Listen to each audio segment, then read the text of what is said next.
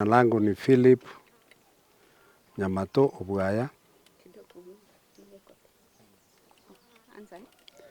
Jina langu ni Philip Nyamato Obwaya.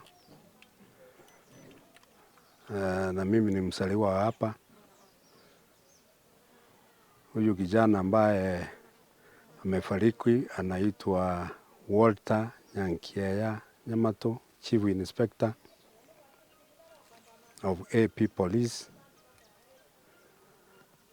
Alikuwa anafanya Nairobi, Jogoo House. Na aliingia katika hiki kikundi cha askari the year 2007. Kwa hivyo amefanya kama miaka 16 sasa. Sasa wiki iliyopita alitupigia simu mimi na mamake, akatueleza ya kwamba kuna safari wataenda Amerika, Washington. Tukamuuliza, unaweza kuja ili utuage vile ulikuwa umefanya? Hapo awali alikuwa ameenda mara 2. Akasema wakati huu sitakuja, niko na kazi mingi na hii inaonekana tutaenda haraka haraka. Utaenda lini? Akatuambia weekend hivi tutaenda. Kwa hivyo ilipofika siku ya Ijumaa, ilikuwa ni tarehe ngapi? Ijumaa iliyopita, mama akampigia simu saa 3 ya usiku. Akamuuliza uko wapi? Akatuambia niko airport nafanya clearance, tunaabiri ndege saa 6 ya usiku. Tukamwambia basi wacha tukuombee uende safari njema. Mnaenda na wengine? Ndio, tuko askari 10 tunaenda. Basi wakaenda, sisi tukalala. Siku ya Jumamosi tulikuwa tunajua anaendelea kusafiri. Jumapili tukaenda kanisani. Sasa jana usiku wa leo, kuamkia leo, ilikuwa kitu saa 4:28 hivi, tukapata simu kutoka kwa ndugu ya huyu shemeji yangu, anakaa Nairobi, akiniarifu ya kwamba una watoto wangapi Marekani? Nikamwambia hawa ni watoto wako pia, ni wapwa wao wako. Kwa nini uniulize hivyo? Akaniambia wewe niambie, mimi najua yule mkubwa tu ndio ako Amerika. Nikamwambia hata huyu mdogo Walter alisafiri huko siku ya Jumamosi. Basi akaniambia kwa vile wewe ni mwanaume, wacha nikuambie Walter hayuko tena. Nikamuuliza unasema nini? Walter amekufa. Nikamuuliza nani alikuambia? Kuna kijana mwingine wa ndugu ya huyu na yeye anakaa Nairobi. Huyu shemeji yangu akaniambia ni yeye amemwambia. Nikamuuliza yeye ni nani alimwambia? Akasema ni askari anaitwa Mose. Huyu askari anaitwa Mose mimi namjua. Kwa maana kila wakati huyu kijana wangu akija hapa, akija na gari la serikali, yeye ndio driver wake. Akija na gari lake mwenyewe, yeye ndio ana drive. Wanatoka hapa tena wanaenda huko Tabaka ndio kwao, kabla hawajarudi tena. Kwa hivyo ni rafiki yake sana. Kwa hivyo aliponiambia ni Mose, sasa nikaanza kusadiki hii inaonekana ni ukweli. Mama kaanza kulia, kamwambia sasa fungua milango, enda nje sasa lia, kwa maana vile wamesema ni Mose aliwaambia, hiyo inaonekana ni ukweli. Kuna kijana huyu wangu mkubwa ako Minnesota na huko ng'ambo. Walikuwa wamepanga na yeye aende kumuona leo kabla hawajasafiri kwenda Haiti.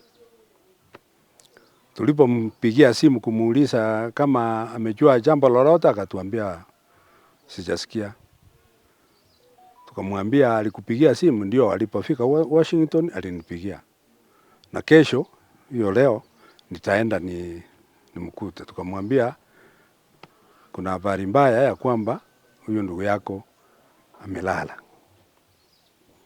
Kaanza kutuuliza amelalaje. Sasa huyu askari aliniambia ya kwamba, huyu Mose aliniambia ya kwamba walienda askari 10 wakabukiwa hoteli hapo Washington, wakakula chakula jioni, wote wakaenda wakalala. Kesho yake wakaambiana wakutane wakati wa breakfast ili waende kufanya hiyo kazi walitumwa na serikali huko. Sasa ilipofika asubuhi, kila mmoja alienda kulala usiku huo. Ilipofika asubuhi, walikutana katika dining room wakiwa 9. Sasa wakauliza, je, walitaka wapi? Wakasema tuende kwa room yake tumtafute. Wakaenda kwa room yake, wakakuta ya kwamba imefungwa. Walipogonga mlango hakuitika. Wakaambia management ikaja, ati huko wanatumia sijui codes, wakafungua mlango. Ati walipofungua mlango kuingia ndani, wakamkuta ako kitandani na ako lifeless. Alikuwa amekufa. Sasa niliambia huyu kijana ndugu yake asafiri kutoka Minnesota aende huko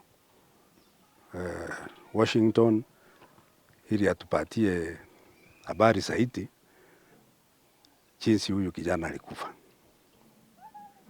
Ni hayo tu tumesikia kutoka wale ambao wako Kenya hapa, hatujapata kutoka huko Marekani kupitia kwa huyu ndugu wake mkubwa. Ni hayo tu. Sasa hawa usiku wa leo tulipigiwa simu ya kwamba kuna kijana ndugu yake mwingine mkubwa anafanya huko Nyansiongo High School.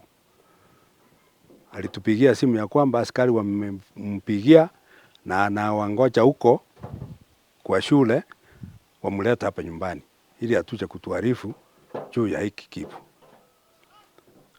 Walifika hapa kitu kama saa 6 hivi ya usiku, lakini walikuta tayari watu wamejaa hapa, nduru ilikuwa imepigwa. Kwa hivyo wakatuambia pole, wakasema ni huyu kijana tuliambiwa tumlete ili awaambie ati ndugu yake amefariki vile tuliambiwa. Sasa hawa askari sasa wametoka hapa. Huyu mmoja ni county commander, alijitambulisha kama county commander wa Nyamira County of AP, na huyu mwingine ni sub county commander wa Masaba North.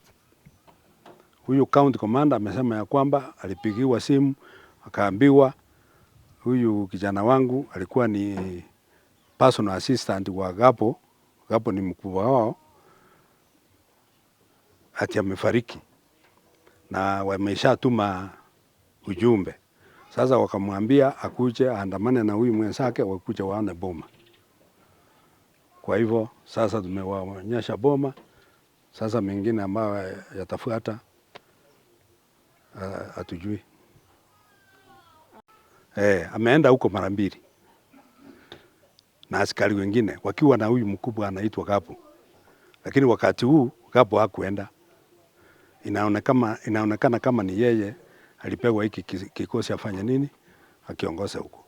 Na kila wakati anatoka huko anatuambia wakifika hapa Kenya, kitu cha kwanza wanafanya ni kuenda mahali rais yako, Rais Ruto, na kumwarifu.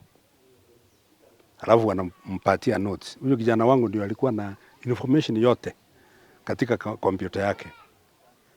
Yeye kila wakati ndio anaarifu president vile wameenda, vile wamerewana na hao watu wa Haiti. Hata saa hii alituambia kwamba atakaa Washington kama siku 2 au 3, alafu wakimaliza waende Haiti, alafu walikuwa wanarudi Saturday hii ijayo. Kijana wako alikuwa na umri wa miaka mingapi? Amemaliza 39, mwezi wa 4 ndio ataanza mwaka wa 40. Ako na familia, ako na mke wake ambaye pia ni askari, ako na watoto 2, msichana na mvulana. Ni mtoto wangapi kwa boma yako? Huyu mtoto ni wa 7. Niko na watoto 8, kwa hivyo huyu na 7. Are you suspecting any foul play on how he died? Not yet, because nangoja yule wa Amerika akituambia ndio tutaanza kujua kuna fununu yoyote. Ni wakati walikuwa wametangaza.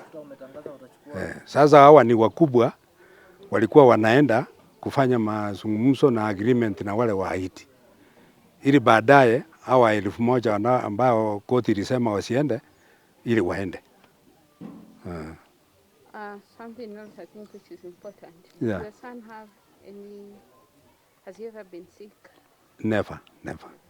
He has no problem with his health. Not any that I know. Alafu huyu Walter, sema ni personal assistant wa Gabo ule mkubwa wa polisi. Yes.